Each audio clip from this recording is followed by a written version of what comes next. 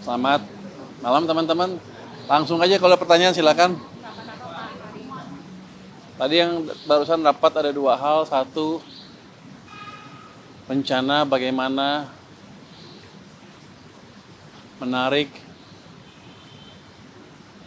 uang-uang dolar yang orang Indonesia suka taruh di luar balik ke sini.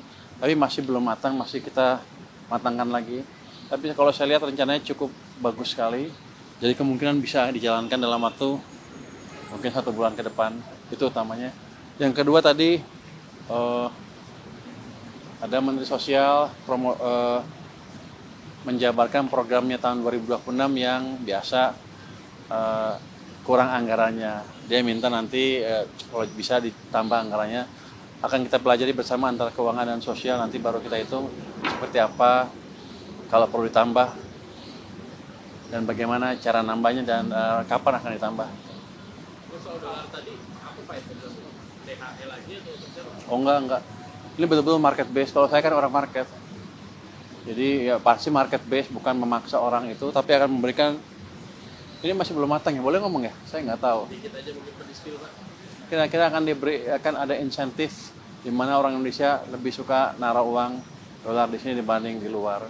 Saya baru tahu juga bahwa ternyata setiap bulan banyak juga yang kirim ke luar negeri orang Indonesia. Uang-uangnya utamanya ke beberapa negara di kawasan sini. Jadi kita akan menjaga itu dengan memberikan insentif yang menarik sehingga mereka nggak usah capek-capek kirim dolarnya keluar.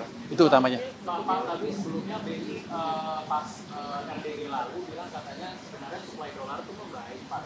Nah itu gimana Pak? Ternyata diskusi Presiden untuk menarik lagi dolar lebih baik Pak?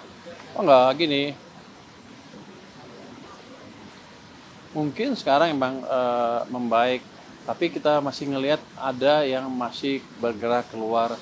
Kalau kita bisa jaga masuk ke sini, nggak keluar, cadangan devisa kita akan lebih besar lagi dan perbankan kita punya supply dolar lebih banyak lagi. Dan nanti proyek-proyek yang hilirisasi kan biasanya perlunya dolar financing kan, dananya ada di sini dengan bunga yang cukup baik dan yang untung adalah perbankan dalam negeri sendiri. Jadi uangnya nggak kemana-mana. Itu kira-kira rencananya. Saya nggak tahu bisa ngomong apa ya, kira-kira begitulah. Pak, masih soal RDI Pak, ini kan BI sama Fed Fund Rate kan turun, kotak itu supaya makin akomodatif. Nah itu tuh dari Bapak sendiri melihatnya dampaknya ke yield SDM kita bakal masih menarik ya sih Pak, kan di tahun depan saja porsi penerbitan SDM kan cukup besar Pak yang dominasi untuk pembiayaan. Menarik apa enggak tergantung gimana prospek pertumbuhan di sini. Jadi biasanya mereka masuk ke sini bukan hanya yield aja, tapi juga mencari stabilitas. Walaupun yieldnya misalnya selisihnya lebih dikit dibanding di luar, tapi kalau betul-betul stabil dan ada potensi penguatan nilai tukar, kalau ekonominya bagus kan, ekonomi bagus, orang masuk ke sini nilai tukarnya akan membaik. Jadi ketika kita ciptakan prospek ekonomi yang bagus, asing akan cenderung masuk ke sini.